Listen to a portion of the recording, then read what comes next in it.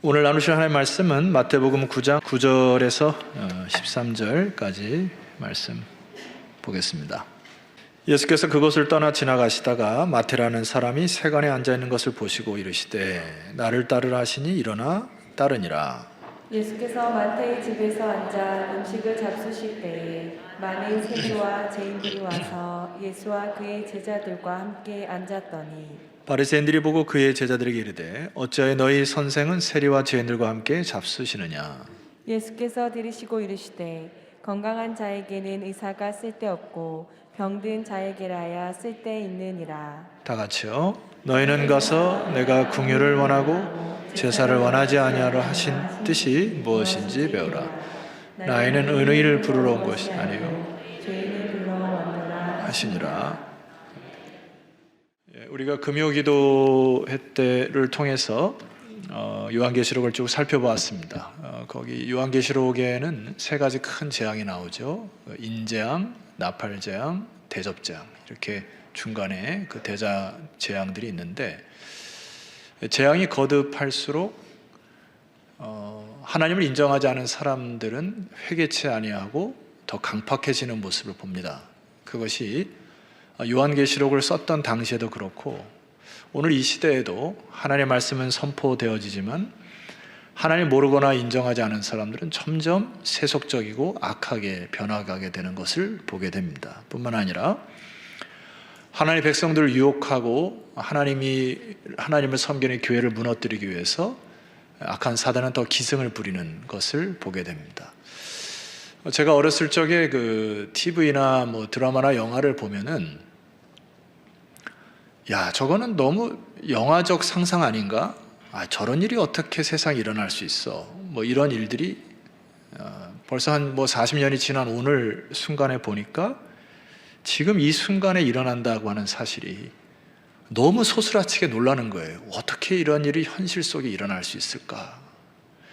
여러분, 우리들이 그 TV나 뉴스를 통해서 보게 되면은 악이 이렇게 지혜롭고 치밀할 수 있을까? 우리 성도들에게 말씀드립니다. 여러분, 그 보이스피싱은 누구도 예외가 아니에요. 이 보이스피싱은 더 지능적으로 지혜롭게 여러분들에게 다가설 겁니다. 그래서 낯선 문자나 낯선 전화들을 조심하셔야 돼요. 그리고 일단 의심하시고 이것에 대해서 나중에 당하고 나서 굉장히 어렵기 때문에 여러분, 그들이 너무나 지혜롭게 접근하기 때문에 일단은 의심하시고 피하셔야 됩니다. 최근에 제 마음에 흔드는 것 중에 또 하나가 있어요. 그것은 금요기도 때도 잠깐 언급을 했지만은 미국이라는 그 켄싱턴 도시에 여러분 집에 가셔서 유튜브에다가 켄싱턴 마약 이렇게 쳐보세요. 사람들이 길거리에 좀비처럼 걸어다니는 모습들이 보입니다. 이게 현실인가? 이게 영화인가? 느낄 정도로 대낮에 이 도시가 피폐해지는 모습을 직시할 수 있을 것이에요. 제가 최근에 이제 우리 마약에 대한 부분이 좀 관심이 있어가지고 여러 제 데이터를 찾아보다가 2주 전에 TV를 보면서 유독히 이제 거기에서 보고하는 것을 보고 제 마음속에 너무 힘들었던 부분이 우리 사회에 지금 마약을 하는 사람, 접한 사람을 100만 정도로 추산을 합니다. 여러분, 이 수치는 엄청난 수치예요. 통계로 잡히지 않은 숫자까지 하면은 거의 한 200만에서 300만까지 봅니다. 그러니까 마약 청정국이 아님을 보셔야 돼요. 제가 왜 이것을 경고하시는 바냐면은 마약이라고 하는 건 쾌락의 끝판왕이기 때문에 사회의 전반적인 즐거움과 쾌락에 견디다 안 돼서 이제 마약에 손을 대는 거거든요. 그래서 여러분, 우리가 이 시간에 사회 전반에 이 영적 곰팡이가, 이 죄악의 곰팡이가 꽉 껴튼 느낌이 저렇게 들어요. 그래서 여러분, 부탁합니다. 이 시대는요, 대충 살아서는 안 돼요. 깨어 기도하시기를 소망합니다. 여러분들이 예상치 못한 일들이 막 일어나는 거예요.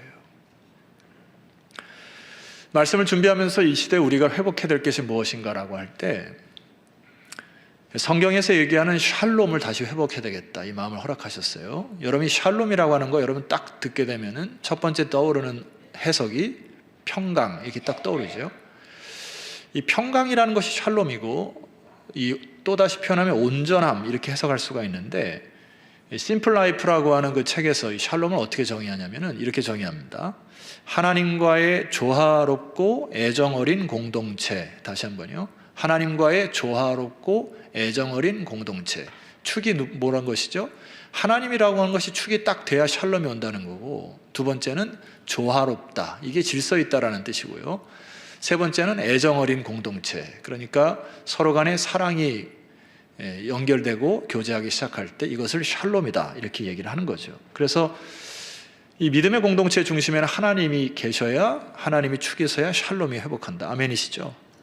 그래서 우리가 하나님과의 관계를 통해서 첫 번째 세로 축을 세워야 될 것은 하나님과의 관계입니다. 그래서 하나님과 관계가 회복되면은 우리에게 여러 맺어지는 열매가 있는데 두 가지가 맺어져요. 첫 번째는 신실함이라는 열매와 충성됨. 하나님을 사랑하고 하나님을 두려워하는 자에게 나타나는 독특한 특성입니다. 굉장히 그 사람이 신실해지죠. 하나님 앞에 서 있으니까. 또 하나 뭐라고요? 충성되다. 야, 저 사람 참 충성되다 했을 때 그거는 하나님과의 관계, 세로축이 잘 맺어졌기 때문에 그래요. 그래서 우리는 이것을 위해서 노력하셔야 됩니다. 하나님과의 관계 회복. 두 번째는 이웃과의 이 조화를 이루게 되는데, 내가 하나님의 자녀로 살아가고 또 하나님이 채워주시는 공급을 믿어 의심치 않고 또 하나님께서 채워줄 것을 알기에 우리는 탐욕으로부터 벗어나게 되죠. 그래서 이웃과 관계가 회복되는 두 가지 열매가 있습니다. 첫 번째는 공의, 공의롭다, 정의를 부르짖게 된다는 얘기예요. 그리고 또 하나는 긍휼함, 인애, 헤세드. 룻기서를 통해서 우리가 끊임없이 배웠던 것이 바로 헤세드인데, 저 사람이 하나님을 경외하고 이웃을 사랑하냐 할 때 끊임없이 긍휼함과 공의함이 있는가를 보시면은 그 사람이 샬롬한가, 샬롬의 인생을 살고 있는가 볼 수가 있어요. 그래서 성경에서 이 샬롬을 가장 잘 표현한 말씀이 있습니다. 그것이 미가서 6장 8절이에요. 이 부분을 함께 선포해 보도록 하겠습니다. 큰 소리로 선포할까요? 시작. 한 것이 무엇임을 내게 보이셨나니 여호와께서 내게 구하시는 것은 오직 정의를 행하며 인자를 사랑하며 겸손하게 내 하나님과 함께 행하는 것이 아니냐. 여기 세 가지 요소가 다 나왔죠. 이웃과의 관계에 있어서는 정의를 행하고 인자를 사랑하고, 하나님과의 관계에 있어서는 겸손하게 내 하나님과 함께 동행하는 것, 이것을 샬롬이다 이렇게 얘기합니다.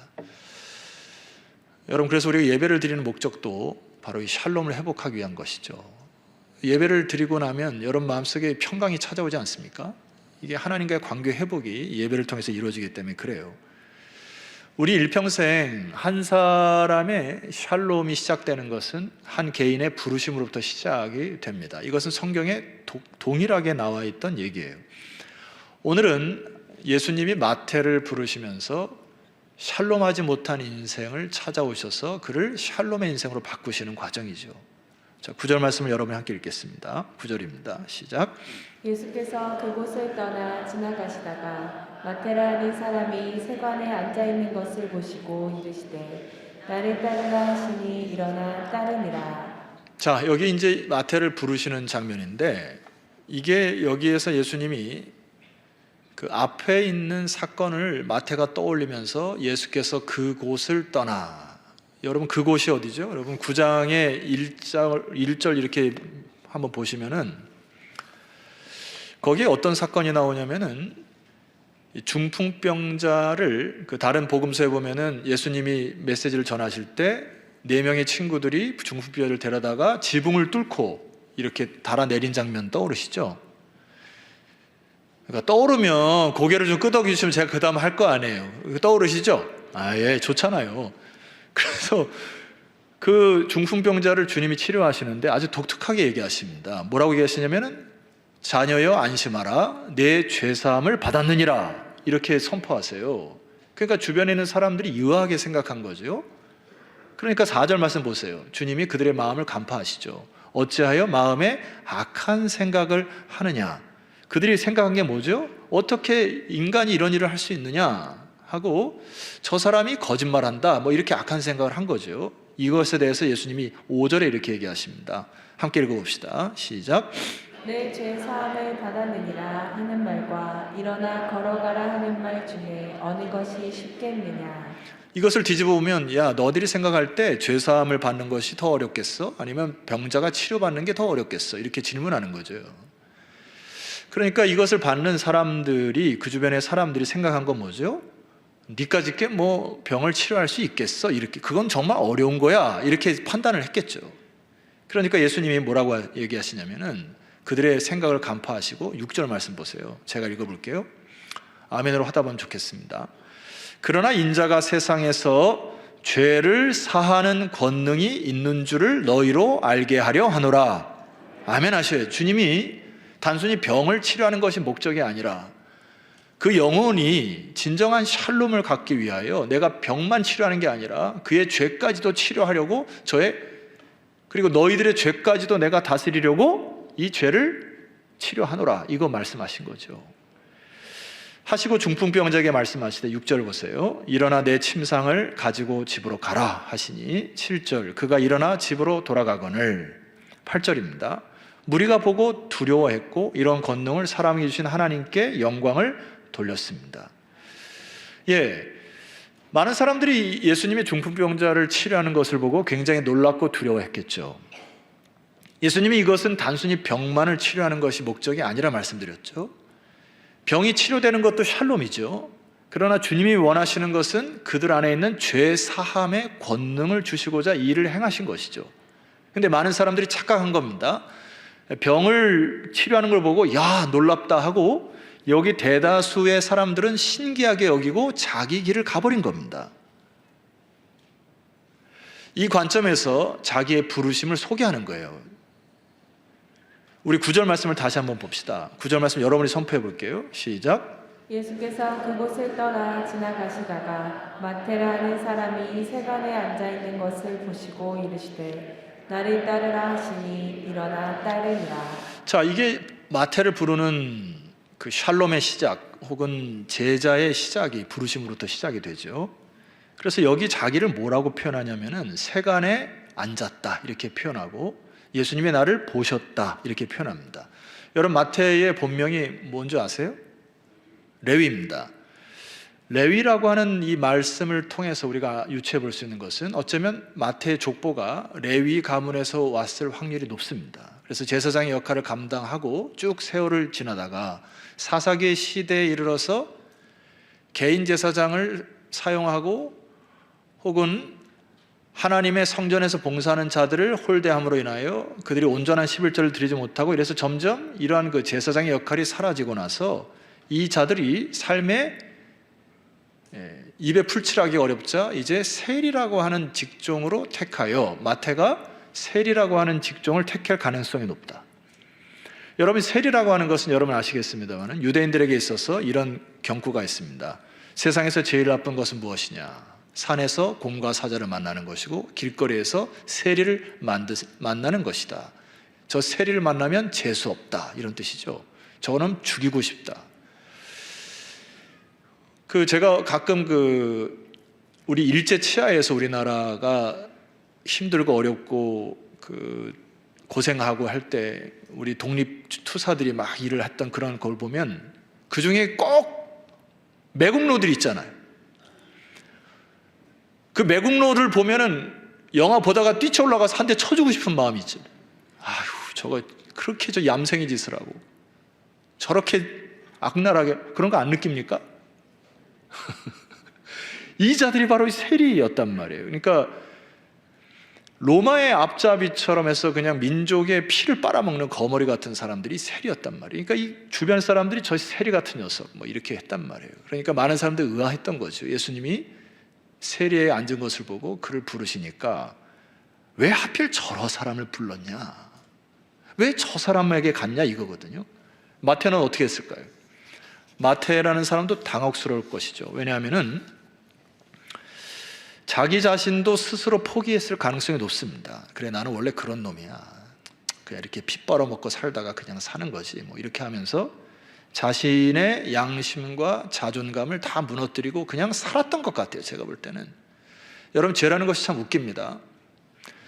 죄라는 것을 처음에 질 때 양심에 찔려가지고 막 두근반 세근반 하다가 어느 순간이 지나면은 오히려 이 단어를 써도 되는지 모르겠어요. 전화위복이 돼가지고 오히려 더 악랄하고 내가 뭐 어떤데 뭐 이런 거 있잖아요. 내가 뭐 다 그렇게 죄 짓고 사는 거지 뭐 이렇게 사람이 강팍해진단 말입니다. 그래서 죄를 온전히 회개하지 않으면 사람의 양심이 무뎌져서 강팍해지는 거죠. 그러니까 세리의 마음도 하도 뭐 소리를 듣고 자기는 뭐 먹고 살아야 되니까 사람들의 소리 들었지만 강팍해지는 거죠. 에이 뭐 이대로 사다 죽지 뭐. 이게 자기가 죄인인 줄 알았단 얘기죠, 세리가. 그러면서도 견디지 못한 심령을 갖고 있지만 다른 사람들 앞에서 그냥 다녔던 거죠. 여러분, 그런데 여기에 참 은혜가 있습니다. 주님이 지나가시다가 세간에 앉은 누구를 보셨어요? 마태를 보신 겁니다. 이게 부르심의 시작이잖아요. 우리가 샬롬이라고 하는 거는 내가 시작하는 게 아니에요. 하나님이 여러분을 보시고 과거 어디 여러분에 있는 여러분들을 주님께서 보시고 주목하셔서 찾아오신 것이 은혜임을 믿으시기를 소망합니다. 저에게 있어서도 첫 번째 하나님의 부르심은 불과 같았어요. 여러분 뭐 다양한 경험들이 있겠지만은 청소년 시절에 수련회 때 주님의 그 만남 체험을 할 때 저는 딱 느낀 것은 그냥 뜨겁다. 와, 가슴이 이렇게 뜨겁냐. 막 뜨거우니까 뭐 어쩔 줄 모르는 거예요. 이게 뜨거우니까.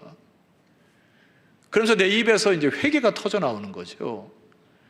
하나님의 거룩한 빛을 만나니까요, 내 더러운 것들이 막 쏟아나오면서 그냥 회개가 되는 거죠. 그 순간이 저는 항상 떠오르는데, 저의 인생에 있어서도 하나님이 부르심으로 나와 같은 자를 만나주심으로 나와 같은 자를 찾아오심으로 이 샬롬이 시작됐다. 저는 믿어 의심치 않습니다. 그래서 우리는 부르신 곳에서 여러분 노래하시고 찬양하는 여러분 되시기를 소망합니다. 하나님이 시작하신 거예요, 여러분. 하나님이 시작하셔서 이 자리에 앉기까지 하나님이 시작하셨다. 결과적으로 이 부르심은 단순히 여러분들에게 어떤 병이나 혹은 인생의 성공을 만져주려고 하는 게 아니라 죄 사함의 권능으로 여러분들이 진정한 샬롬을 주님께서 이루시기를 원하신다. 그래서 두 번째, 주님께서 마태를 보시고 첫 번째 하신 말씀이 뭐지요? 오늘 말씀 보니까 나를 따르라 했어요. 이 나를 따르라고 하는 단어는 예를 들어 독재자들이 야, 나 따라와, 내가 너 먹여 살릴게 라든지 군대에서 명령으로 나를 따라, 뭐 이런 따라움이 아닙니다. 이거를 제가 헬라어 성경을 보니까 이 아콜루데인이라는 단어인데요, 이거는 이제 합성어입니다. 이 아라고 하는 이 앞에 접두어 일치, 닮음의 뜻이고 뒤에 켈루도스라고 하는 단어는 길이라는 뜻입니다. 그러니까 이것을 함께 합치면은 함께 길을 가다, 함께 동행하다의 뜻입니다. 그러니까 주님이 우리말로 표현할 때는 나를 따르라 이렇게 했지만은 이렇게 말씀하신 것 같아요. 제가 풀어볼게요. 마태야, 너 혼자 외롭고 힘들었지. 너가 스스로 인생을 살려고 하니까 굉장히 평강이 없지. 이제 나와 함께 할래? 나와 함께 길을 갈래? 나와 함께 걸을래? 그러면 너에게 진정한 평강을 줄 거야. 이 모든 단어가 함축되어 있는 거죠. 그래서 그 따스하고 부드러운 음성이 마태의 귀에 들린 거죠. 마태야, 나와 함께 길을 가자, 이거거든요. 그럼 믿음이 바로 이것이거든요. 우리는 주님과 함께 동행하고 길을 가는 거, 이게 제자죠. 제자도의 핵심 중에 하나는 주님께서 여러분 부르셨죠. 그러면 우리가 해야 될 것이 하나 있습니다. 뭐냐면 그림을 하나 보여주세요. 이게 마태의 순교 최후, 마태의 최후라고 하는 작품인데 뭐 두 가지 학설이 있습니다. 마태는 자기 집에서 노년에 살다가 그냥 이렇게 평안하게 눈을 감았다라고 하는 학설이 있고, 또 한 가지 하는 악한 자들에게 사로잡혀서 최후의 순교를 했다고 하는 그 그림을 그려놓은 것입니다. 저는 여기 그 대다수 제자들이 순교를 했습니다. 그래서 마태도 죄 사함의 권능을 받고 난 이후에 하나님께 주신 그 샬롬을 누린 이후에 포기하지 아니하고 끝까지 이 믿음 다하여 최후의 순교할 때까지도 영광스러운 하나님의 나라를 사모하며 살아갔던 이 마태. 제자의 제자도가 뭐죠? 저를 따라합시다. 제자도란 끝까지 완주하는 것이다. 여러분 끝까지 이 길 다 가시기를 주의 이름으로 축원합니다. 그래서 여러분, 주님이 따르라 할 때는 세리였던 마태가 이제 주님의 제자로 살아갔던 이 터닝 포인트가 있었던 것처럼 이제 주님을 따라가고 동행하고 함께하는 것이 필요하다는 얘기죠. 한 인물 잠깐 소개하겠습니다. 도전하려고 하는데, 이게 제롬의 벽화인데요. 제롬이라고 하는 이 사람이 이제 초대 교황, 자기 친구 교황이었던 다마수스 1세의 친구였는데, 나중에는 이제 비서로 일을 합니다. 그래서 자기 2대의 교황으로, 그 교회에 2대의 교황으로 세워지기로 됐는데 투표에서 떨어졌어요. 그러니까 좌절하고 낭망해서 이 사람이 이제 로마에서 알렉산드리아에서 베들레헴으로 와서 어떤 그 베들레헴의 한 그 주변의 은둔자들과 같이 생활을 하게 됩니다. 근데 어느 날 베들레헴에서 들려오는 소식이 있어요. 베들레헴에서 어떤 소식이 들렸냐면은, 베들레헴에서 아기들의 유골이 대량이 발견돼 가지고 도대체 이 유골이 누구의 유골이냐? 그러니까 유골들이 다 아기들의 유골이기 때문에, 그래서 베들레헴에서는 이것들을 이제 추적하여서 보니까 아마도 예수님이 오실 때 헤롯 대왕에 의하여서 아기들을 숨겨 놓았을 때 이것을 통째로 매장해 가지고 아이들이 순교당한 것으로 추정을 하고, 그렇게 여겨지는 것들이 이렇게 이야기가 전해져 왔습니다. 그래서 제롬이 유골들이 발견된 곳으로 찾아간 것이죠. 그래서 거기 찾아가서 기도하는 가운데 하나님의 음성을 듣습니다. 그리고 거기서 결단을 해요. 이렇게 이제 그 글이 있는데, 다음 그림 한번 보여주세요. 예, 저기 이제 옆에가 그 유골들이 발견된 곳인데, 이 아기들은 태어나서 예수님을 단 한 번도 보지 못했는데 예수님을 위해서 죽어간 첫 번째 순교자가 되었구나. 그런데 나는 남들이 누려보지 못한 존경과 지위를 누려보았는데, 단지 내가 교황이 되지 못했다는 이유로 지금 이곳 예수님께서 태어나신 베들레헴에서 예수님을 원망하며 하루하루를 허비하고 있구나. 이 아기들만도 못한 사람이 바로 나구나 라고 하는 깨달음을 가지고 이제 제롬이 시작한 게 있습니다. 제롬이 이제 이 글에 뛰어난 사람이기 때문에 그때 당시에 성경을 보기 어려웠던 그 사람들을 위하여서 그때 통용이었던 라틴어로 히브리어와 헬라어를 번역하기 시작합니다. 다음 그림 한번 보여주시죠.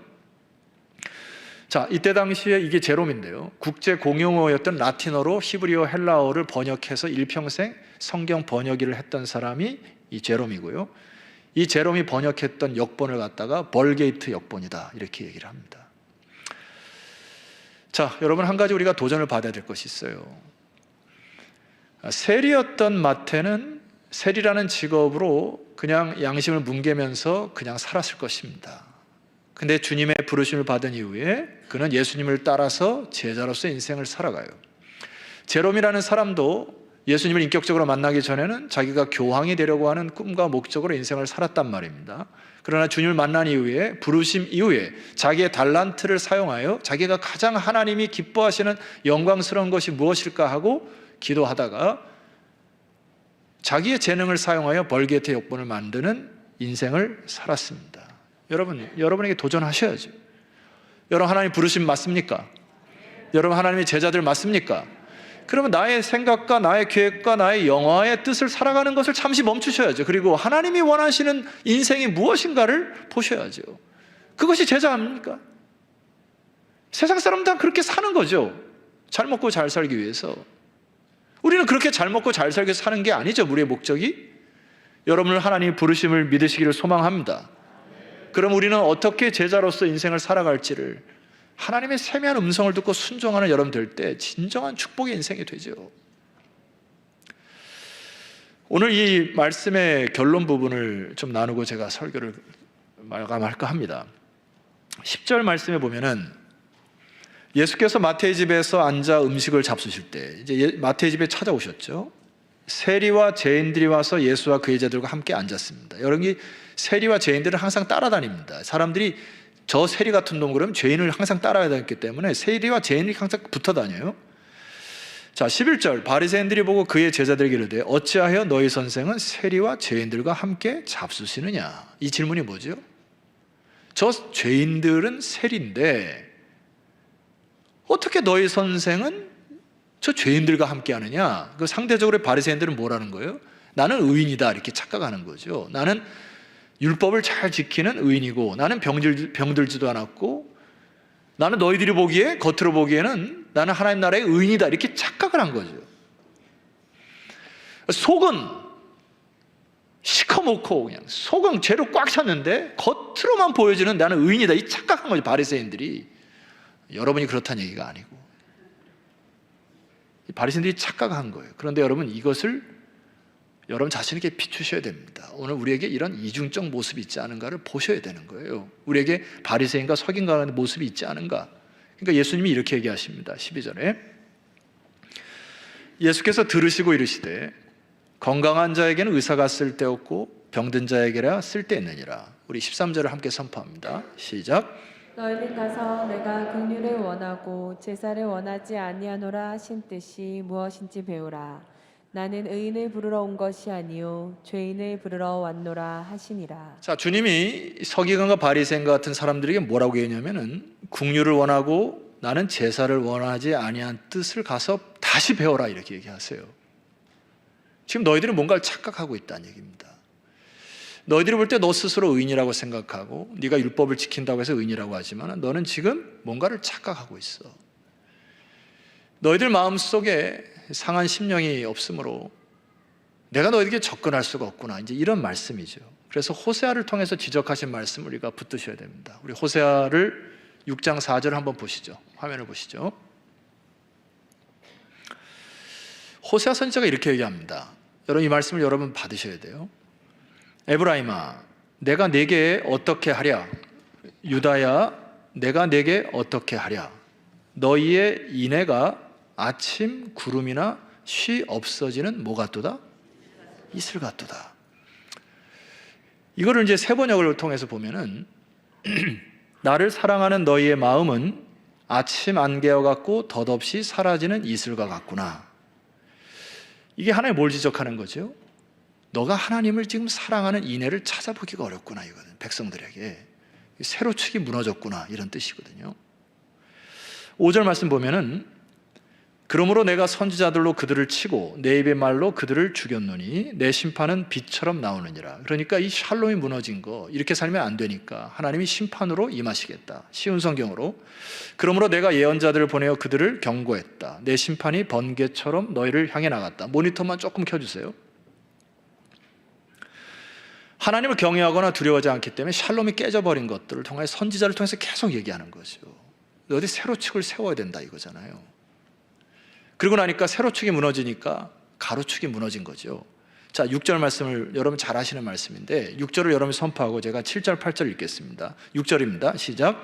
나는 인애를 원하고 제사를 원하지 아니하며 번제보다 하나님을 아는 것을 원하노라. 자, 하나님이 이것을 원한다는 것이죠. 너희들이 제사를 뭐 드리고 뭐 율법을 이런 게 아니라 하나님을 정말 아느냐, 하나님을 사랑하느냐, 하나님을 경외하느냐 이 부분이 무너지면 안 된다는 얘기인데 결과를 보라는 얘기죠. 7절 말씀 보니까 그들은 아담처럼 언약을 어기고 거기에서 나를 반역하였느니라. 8절 길르앗은 악을 행하는 자의 고울이라 핏자국으로 가득 찼도다.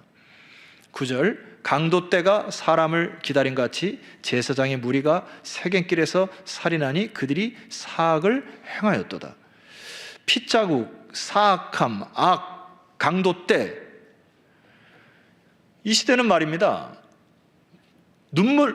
땀 하나 안 흘리고 보이스피싱으로 사람들의 돈을 패먹어요. 캐먹어요. 강도 떼들이죠. 그냥 앉아서 어떻게 하면은 거짓과 권모와 술수를 행할까? 조금만 벗어나면은 수많은 악들이 이 사회에 꽉 차 있습니다. 우리나라 말이에요. 세계 최고로 달리는 게 너무나 많죠. 자살률 세계 1위, 술 소비율 OECD 국가 1위, 뭔가 하면 그냥 1등.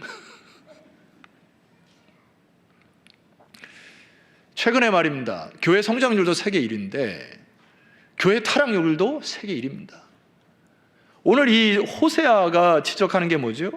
9절 하반절에 보니까 강도떼가 사람을 기다린 것 같이 제사장의 무리가 세겜길에서 살인한다. 여러분 그 시대의 제사장이 무너지면 다 무너지는 것입니다. 오늘 이 시대에 교회 리더십들이 무너지면 다 무너지는 거예요. 질문합니다. 한 주간 동안 여러분이 강단에서 기도하신 분 계십니까? 교회 리더십이 타락하지 않도록 기도해 주신 분 계십니까? 부탁합니다, 여러분. 저는요, 이런 마음이 들어요. 한국 교회가 마지막 영적 마지노선이다. 저는 그렇게 느껴집니다. 왜냐하면 우리 한국 교회가 그동안에 했던 일이 많아요. 세계 선교사 국민 대비 세계 2위, 미국이 1위였고요. 아마 조만간에 앞설 겁니다. 복음화율, 성장률, 파송률 이런 것을 다 우리 한국 교회가 했습니다. 이제는 무너지는 속도, 타락의 속도가 1위를 달리고 있어요. 깨어 기도하셔야죠. 각 교회에 지도자 한 명이 넘어지면 그 교회 깨집니다. 그럼 사명 갖고 기도하셔야죠.